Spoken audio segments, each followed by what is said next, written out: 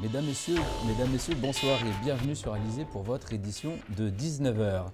Notre invité ce soir, M. Rony Versin, secrétaire général des syndicats des enseignants UNSA. Bonsoir M. Versin. Bonsoir à vous, bonsoir aux téléspectateurs d'Alizé. Alors, c'est l'heure du premier bilan. Quelles difficultés principales rencontrez-vous? Alors, cette première grosse difficulté pour nous, c'est l'installation des personnels administratifs suite au déménagement du rectorat. Et pour nous, il était important d'aborder ce point avec le recteur cet après-midi. Merci, nous aurons l'occasion de développer un peu plus tard dans ce journal. Mais tout de suite, voici les titres qui seront développés pour cette édition du lundi 14 septembre. 2 semaines après la rentrée, les syndicats se font entendre et pointent du doigt les premières difficultés. Malgré l'aide des collectivités locales, les éleveurs bovins ne s'en sortent pas, les troupeaux sont décimés. Massabielle, une falaise qui menace, des travaux non signalés et les riverains qui se fâchent. Le journal, Nicolas Beaugrand. Ouvrons ce journal avec cette falaise plutôt dangereuse dans le morne Massabielle qui inquiète les habitants du quartier. Un collectif s'est mis en place suite à un éboulement qui a failli coûter la vie à un des résidents du quartier en décembre dernier. Ils interpellent la collectivité de Pointe-à-Pitre pour trouver des solutions. Les explications de Richard Scott Tamar. Depuis plusieurs mois, les habitants du quartier de Massabielle se plaignent de cette falaise extrêmement dangereuse qui a causé au mois de décembre 2014 un éboulement, mettant la vie de l'un de ses habitants en danger. Et en fait, c'est moi qui est tombé là en décembre. Je vois ça, c'est que, après ça, c'est que l'autre fait marche avant, vient faire marche arrière, et voiture devait basculer. Et comme tu as un paquet de pieds bois, tu es empêché moins vrai, donc c'est. Ça partit comme ça même. À la suite de ça, effectivement, ça ouvre un grand débat, si Massabielle et sur l'insécurité qui est passée à Massabielle, quoi. Donc, il fait que jeudi jour, CBC a fait un petit. Nous. Mais là, venir passer vers nous bon maintenant, mais nous passer vers nous bon maintenant. Et pour mettre tout débuter. Nous espérons que c'est dit nous là, soit qui vient aboutir en résultat, quoi. Les riverains se sont réunis en collectif des habitants de quartier afin de demander aux autorités locales, d'une part, l'arrêt des travaux engagés par la mairie de Pointe-à-Pitre, qu'ils trouvent insalubres, mais surtout, une véritable revalorisation de la falaise et d'une manière plus générale du quartier qui a pour eux une forte possibilité d'attraction touristique. Écoutez, à Massabielle, depuis plus de 20 ans, nous avons un problème qui se pose, un problème de sécurité, mais également un problème d'insalubrité qui concerne exactement le lieu où nous sommes. Là, vous êtes au-dessus de la petite falaise de Massabielle et en contrebas, vous avez des habitations. Il s'avère qu'il y a des travaux qui ont été engagés par la ville de Pointe-à-Pitre sans concertation de la population, mais également il n'y a pas de panneau de mise en œuvre, donc voilà. Donc pour nous, les travaux qui sont présentés ici, ce sont des travaux précaires. Les images le montrent très bien lorsque vous regardez ce qui nous est présenté. C'est pour cette raison que la population a tapé du poing sur la table en disant que non, ils ne veulent pas ce qui est programmé pour leur sécurité à Massabielle. Massabielle est l'un des lieux de Pointe-à-Pitre les plus authentiques, notamment grâce à son activité religieuse. La grotte de Massabielle ayant toujours été une singularité du quartier, attirant les curieux. La demande de ses riverains est de rendre plus praticables et attractifs ces lieux chargés d'histoire. Et puis on vous le précisait dans les titres, c'est lors du premier bilan de la rentrée scolaire. Les syndicats se font entendre et pointent du doigt les premières difficultés. Ils ont rencontré le recteur Camille Galap cet après-midi. Je vous propose d'écouter leur réaction avec Bénédicte Jourdier. 2 semaines après la rentrée, les syndicats de l'éducation dressent un premier bilan de la rentrée scolaire. Une rentrée sous tension pour les enseignants et le personnel, selon le SPEG, le syndicat des personnels de l'éducation en Guadeloupe. Le premier bilan, c'est quand même l'observation de beaucoup de tensions chez les enseignants, chez les autres personnels aussi. Parce que je crois que beaucoup de changements ont eu lieu ces dernières années, beaucoup de changements sont à venir et cela inquiète.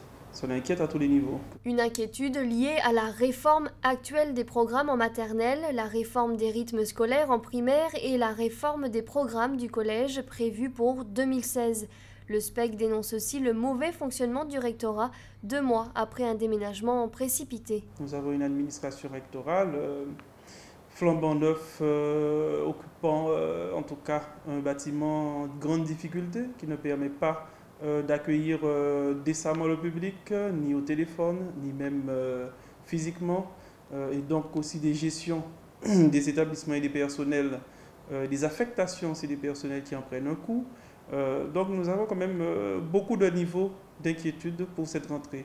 Elle n'a pas été et n'est pas de tout repos et tout n'est pas encore résolu. Pour l'UNSA, l'Union nationale des syndicats autonomes, même constat.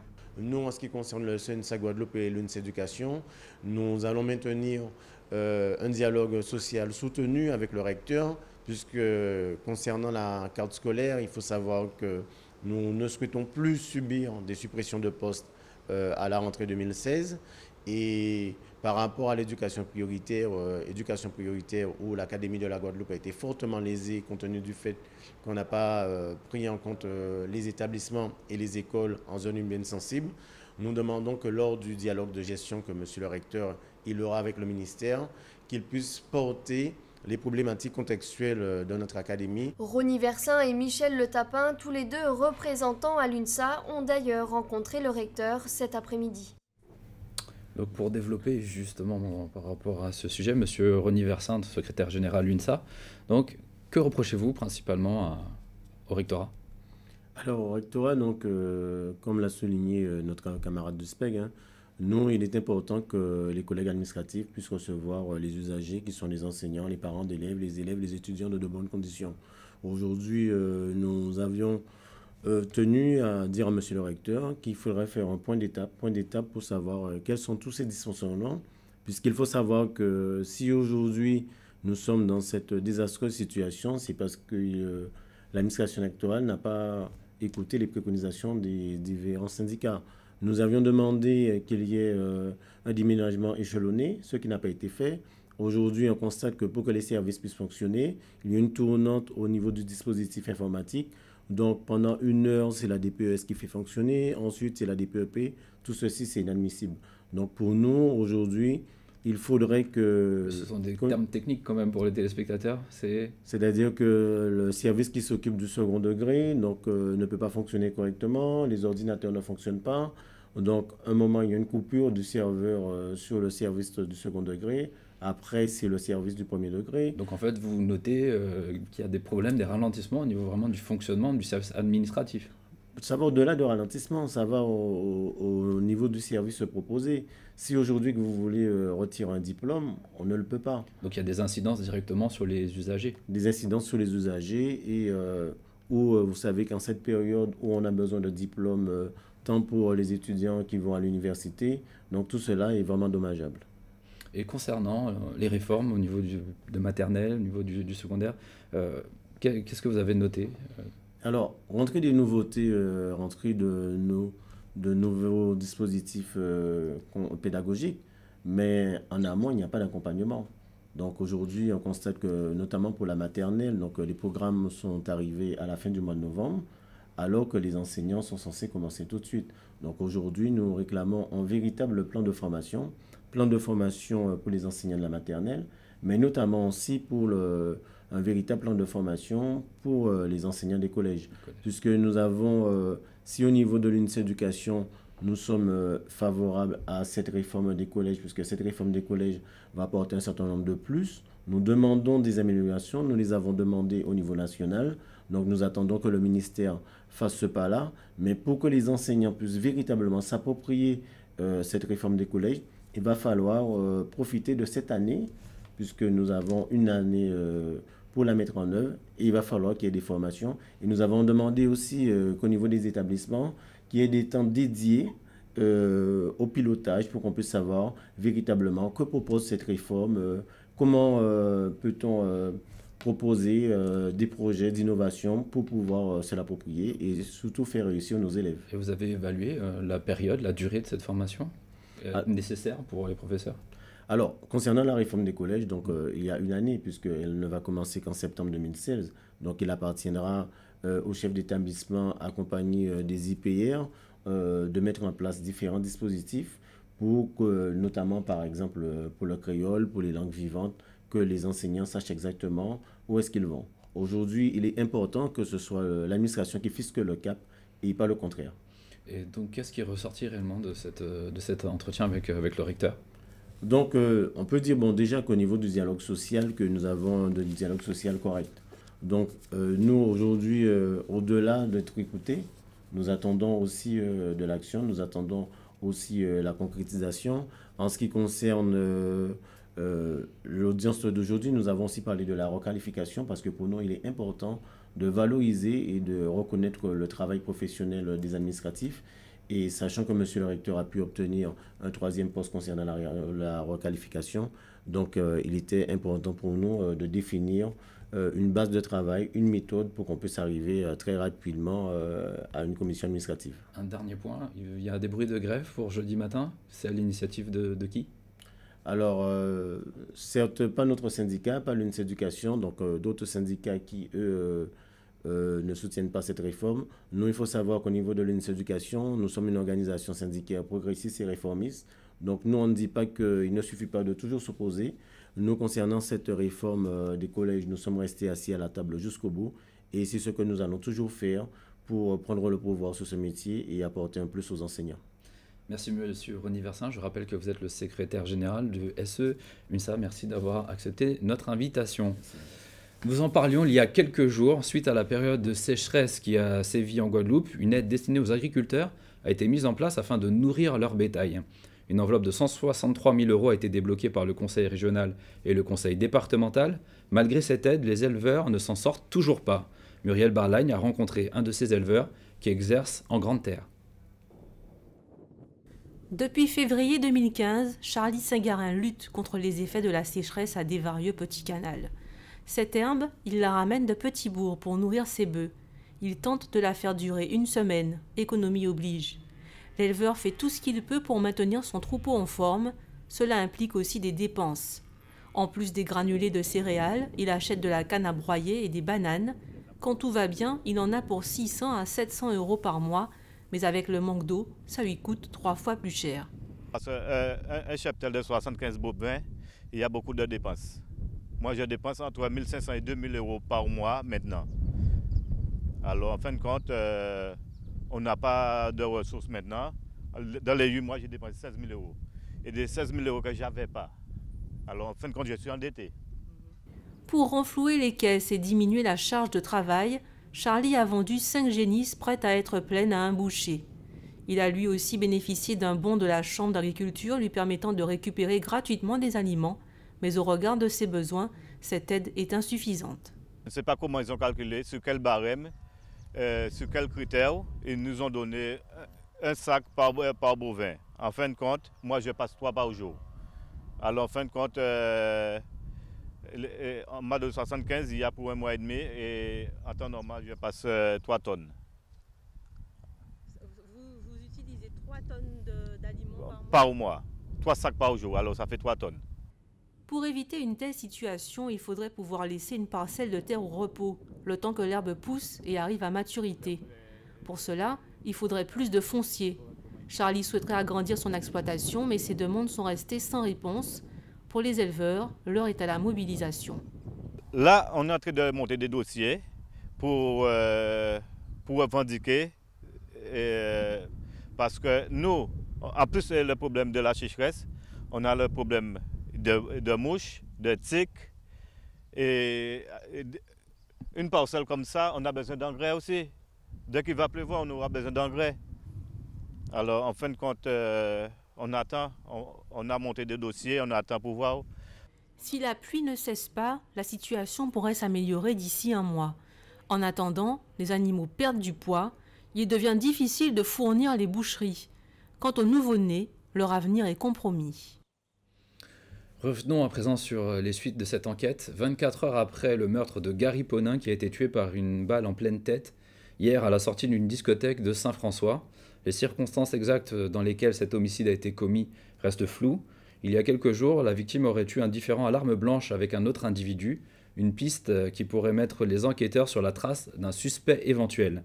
Gary Ponin était père de 2 enfants et s'apprêtait à rentrer à Saint-Martin où il demeurait depuis plusieurs années. En politique à présent, Marie-Luce Panchard et Louis Molinier préfèrent la liste d'ouverture d'Harry Chalus. Les points de vue divergent à droite quant à la stratégie à suivre pour le scrutin de décembre 2015. Ils seront aux côtés d'Harry Chalus lors des élections régionales de 2015, l'édile de Basse-Terre et le chef de file de l'UDI ont fait entendre leur voix aujourd'hui par communiqué. Ils disent avoir informé les instances nationales de leurs partis respectifs. Selon eux, une liste Les Républicains UDI n'est pas en mesure de gagner cette élection. Ils confirment qu'un tel engagement pourrait hypothéquer les chances de la mise en œuvre d'une alternance au Conseil régional. Pas d'alternance pour ces pilotes. Hier avait lieu la 3e manche du championnat de Guadeloupe de supermotard, une discipline spectaculaire entre dérapage contrôlé et maîtrise technique irréprochable. Gilles Michel a répondu aux questions d'Éric Pommier. Gilles Michel, trop longtemps écarté du circuit des compétitions de supermotard, attendait le moment opportun pour faire sa grande rentrée. Hier, pour la 3e manche du championnat de la Guadeloupe, il était bien là près de sa moto flambant neuve, griffée du numéro 5, son numéro porte-bonheur. Le supermotard, une véritable passion pour ce pilote. Ben oui, une fois qu'on a été piqué, c'est difficile de s'en défaire. J'ai résisté pendant 12 ans et puis aujourd'hui, voilà, malgré mon âge avancé, je m'y remets. Bon, maintenant, voilà, les sensations sont toujours là, c'est comme le vélo, ça ne s'oublie pas. Maintenant, il manque juste du pilotage, mais avant tout, moi je viens pour me faire plaisir, m'amuser et partager un bon moment avec les potes. Supermotard, discipline spectaculaire par excellence. Entre figures acrobatiques et attaques à outrance, Gilles Michel a trouvé son compte pour des montées d'adrénaline incomparables. Que même dans les motos GP maintenant, de plus en plus, ils arrivent dans les virages à mettre la moto en glisse comme au supermotard. Donc en fait, ce n'est pas une glisse inutile quand elle est maîtrisée. Il faut savoir la faire évidemment. Donc maintenant, c'est vraiment une sensation extrême quoi, de liberté, de savoir qu'on peut jouer avec la moto comme on danse. Quoi. Danser, mais pour cela, il faut la machine, elle est spéciale. La base est celle d'une machine de cross équipée avec des pneus lisses, 10 slick. Le tout monté sur des jantes spécifiques là aussi et en avant pour ces fameuses glisses à condition bien sûr d'avoir la recette. C'est une question d'inertie. À partir du moment où on bloque le frein avant, donc automatiquement ça déleste la roue arrière et on descend 2 rapports en même temps, donc automatiquement il y a une inertie qui se fait et avec le bassin, on donne le petit coup de rein pour envoyer l'arrière de la moto et puis elle glisse de l'arrière et ça nous place déjà dans le virage de façon à pouvoir ressortir et accélérer un peu plus vite. Merci monsieur le professeur pour ces quelques conseils. Gilles Michel que le public retrouvera c'est sûr le 25 octobre, le temps de remettre en état sa moto percutée et donc endommagée alors que le pilote occupait une belle 6e place en élite. Restons dans le monde du sport. L'équipe de France de judo est en visite en Guadeloupe et particulièrement au Creps. De retour du récent championnat du monde, ils sont accompagnés de Lucie d'Écosse, la triple championne du monde. Reportage. Ce large sourire, c'est celui de Lucie d'Écosse, championne olympique et triple championne du monde. Lucie est accompagnée de toute l'équipe de France car elle était à l'initiative d'une tournée anti-Guyane. La Guadeloupe ne pouvait pas échapper à une telle opportunité. Le départ de l'action, c'était avec la Guyane. Donc ça me paraissait impossible d'aller en Guyane sans aller en Martinique et en Guadeloupe. Donc voilà, la fédération a accepté surtout parce que c'est vrai que c'est pas évident. Les athlètes, ils sortent du championnat du monde, ils reprennent l'entraînement lundi.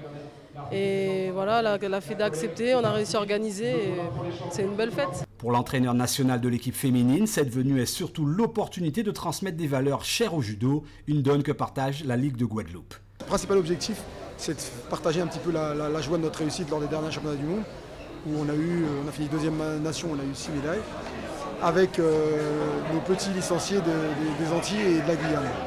Parce qu'on s'est rendu compte en fait qu'effectivement, on partageait souvent avec nos petits judokas de métropole, et c'est paradoxal parce qu'on a beaucoup d'athlètes dans notre équipe qui sont issus des DOM, et on vient rarement leur rendre visite. Alors on s'est dit, on va faire abstraction de ces 8000 km. L'équipe de France n'était pas venue en Guadeloupe depuis 1989. La chance qu'on a aujourd'hui, c'est de voir ces résultats, qui sont des résultats probants en vue des prochains JO au Brésil, témoignent aussi d'une certaine reconnaissance de nos territoires par la Fédération française de judo. Et on ne peut qu'être satisfait de voir que les 15 jours de vacances de cette équipe de France, ils nous les ont mis à disposition et en plus bénévolement. Dès mercredi, ce sont les jeunes de la Ligue qui seront en exercice avec tous les membres de cette valeureuse équipe de France, avec au programme des ateliers dont ils se souviendront très longtemps. Comme chaque soir, revenons sur les tours d'eau qui ont lieu dans nos communes. Ce sont les communes de Goyave et Gosier, Est, qui étaient concernées, donc jusqu'à demain matin. Donc, comme vous pouvez le voir, les communes donc, de Grandbourg, Christophe et Christophe Ouest au niveau de Goyave, et Gosier Est, donc la Grande Ravine, Riviera, Dampierre, et jusqu'au boulevard du Général de Gaulle. Voilà, ça, demain. Demain, mardi 15, ce sera la commune de Cap-Esther qui sera concernée. Et en cas de coupure en dehors des tours d'eau, vous pouvez le signaler au numéro de téléphone qui est affiché en bas de l'écran. Avant de conclure cette édition, la Guadeloupe a été placée en vigilance jaune pour fortes pluies et orages à l'approche d'une onde tropicale. Le mauvais temps devrait durer jusqu'à mardi soir, donc demain soir. Des rafales de vent pouvant aller de 50 à 70 km/h sont également attendues. Alors, prudence. C'est la fin de ce journal. Merci de l'avoir suivi. Je vous retrouve demain dès 19h. Dans un instant, le journal de TF1 suivi des pronostics hippiques de Prévert Mayingo et de 2 numéros de votre magazine Enquête exclusive. Bonne soirée sur Alizé Guadeloupe et à demain.